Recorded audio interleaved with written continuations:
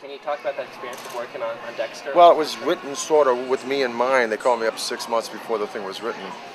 They said, "Hey, we're writing this for you." Some friends of mine are on the show, and when they do that, it's the level of flattery gets you everywhere because you think you're not susceptible to flattery after a while. But when they say, "We're writing this for you, writing this for you," and the problem with doing a sort of a serialized television show like Dexter is one is clever as Dexter too, is that you don't necessarily know where the character's going to go. So you're just trusting that they're going to write some good stuff for you.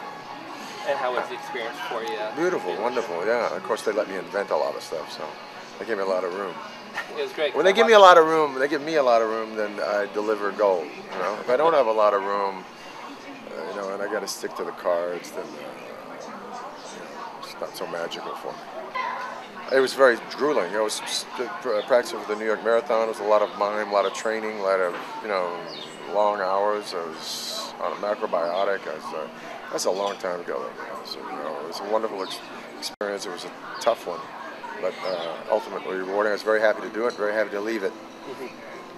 Now, what do you think about? I saw on IMDb that they're in the works. They're trying to do a relaunch or a reboot of Robocop. Well, they've been trying to do it, but I have to tell you, the secret to Robocop 1, anyway, is this story of resurrection, and it's mythic. Amongst all the humor and the fun and the good guys and the bad guys and the action and nutty shots and sort of wacky kind of sense of humor, the writers and directors, underneath all that, it is actually mostly due to Paul Verhoeven sort of driving it, images of rebirth, resurrection.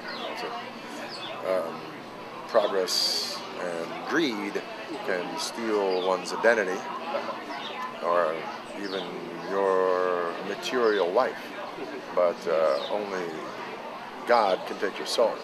And the soul wakes up on its own, and all that stuff in Robocop is all a book of Job, the Osiris, Horus myth of Egypt, Jesus. It's all about rebirth. That's why it lives on. If you remake it, if that's not in there, it's only years later that I can understand what a remarkable movie it is. And I did an interview about 8 years ago for the worldwide release of the DVD. And 1 week of third world countries interviewing me, I thought they were going to ask me things about what the suit weighed and what have you. And all I got were questions about how do you feel about the longevity of this movie and its theme of the technical and age of information suppression by the technologically advanced countries of the third world, and they're essentially looting and pillaging, the manpower, the woman power, of the have-nots for the greed of their own, what they call progress. And I thought, what? And you go back and look at the movie and you say, my God, that's in there. Yeah. It's progress, greed, technology, in order to privatize the police force so that the police force can protect the corruption within a city. Subsequently, is that those who run whatever is corrupt will own everything, including the very police force that is supposed to tend to it. Yeah. All at the expense of one man. This is profound. You can unravel the mystery, the thematic dilemmas of Robocop forever. And I didn't really realize this when I was making it. I know. But Paul Verhoeven did.